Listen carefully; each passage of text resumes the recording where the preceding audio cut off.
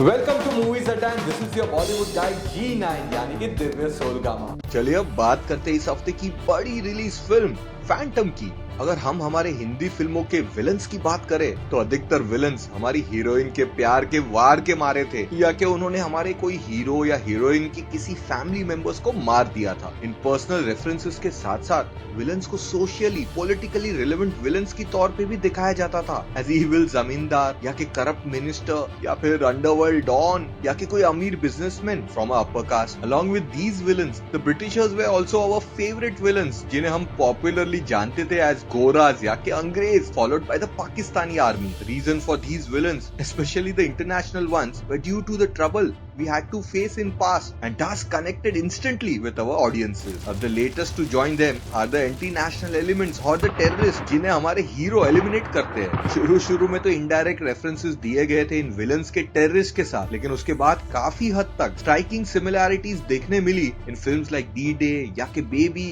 And few more. The latest to join them is Phantom जो कि हुसैन जैदी की किताब मुंबई एवेंजर्स से इंस्पायर्ड है and has real references of the Islamic terrorist as villains जिन्होंने 26/11 के मुंबई अटैक्स को अंजाम दिया था। तो इसीलिए चलिए जानते हैं कि क्या डायरेक्टर कबीर खान इस पावरफुल थीम के साथ जस्टिस कर सकेंगे या कि ये फिल्म भी एक वीक क्लोन साबित होगी ऑफ फिल्म्स लाइक बेबी और D-Day। फैंटम फिल्म की कहानी है डेनियल खान यानी कि सैफ अली खान की, जिन्हें इंडियन आर्मी से कोर्ट मार्शल कर दिए जाने के बाद हमारी डिफेंस सर्विसेज रॉ के टॉप मेंबर्स यानी कि सब्यसाची चक्रवर्ती और मोहम्मद जीशान अयूब अप्रोच करते हैं। वे चाहते हैं कि डेनियल उनके साथ मिलके मुंबई में हुए टेररिस्ट अटैक्स के कातिलों को मारे और उन्हें एक हादसे के रूप में पेश करे। डेनियल और नवाज मिस्त्री यानी कि कटरीना कैफ निकल पड़ते हैं इस खतरनाक मिशन पर और उसके बाद जो होता है वही तो फिल्म की आगे की कहानी है। जैसे कि हम जानते हैं कि फिल्म की कहानी आधारित है मुंबई एवेंजर्स नाम की किताब पर से, लेकिन has been extremely modified for its cinematic avatar. Film में आपको D-Day और बेबी की काफी हद तक झलकियां दिखाई देगी, लेकिन उसके बावजूद भी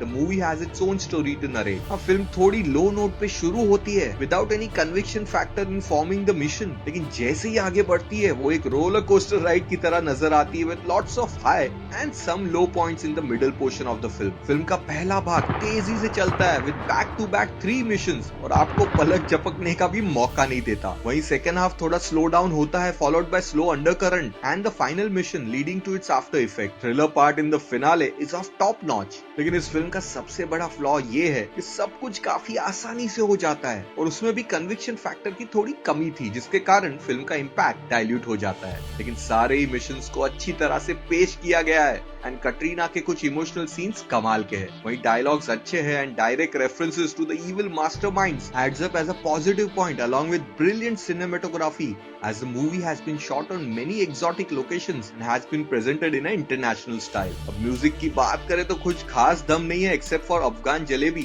बट वही बैकग्राउंड स्कोर काफी धमाकेदार है। डायरेक्टर कबीर खान एक और हार्ड हिटिंग फिल्म देते हैं जो कि उनकी अच्छी फिल्म्स जैसे कि काबुल एक्सप्रेस एंड न्यूयॉर्क के लेवल की है। Direct references of Islamic terrorist as villains यानी कि Hafiz Saeed, David Headley, Sajid Mir and Lakhvi is daring and path-breaking. He ends up delivering a fine film with good message attached to it, which probably is a wish of all true Indians. अब performance की बात करें तो सैफ अली खान ने अच्छा काम किया है और ये उनकी पिछले कुछ सालों में से सबसे बेहतरीन परफॉर्मेंस में से एक है। वहीं Katrina Kaif looks gorgeous and performs well in her part. Sabyasachi Chakraborty and Mohammad Zeeshan Ayub lend good support. So, बोल मेरी फिल्मी खोपड़ी, इस फिल्म में कितना है दम? Well, फिल्म उतनी भी हार्ड हिटिंग या कि पेट्रियोटिक नहीं है जितनी की D-Day या कि बेबी थी, but nevertheless has its own style and merits to cherish. The secret desire of a true Indian is captured in this film where India fights back with vengeance and deserves to be watched by everyone who were disturbed by the terror happenings in our country. अब ratings की बात करें तो direct references of the terrorist के dairying usage के लिए मैं 1 star add करके इस फिल्म को 4 स्टार्स आउट ऑफ 5 की रेटिंग्स देता हूँ। For full fledged review of this movie and many more by your Bollywood guide G9 यानी कि Divya Soulgama, log on to Movies Adda.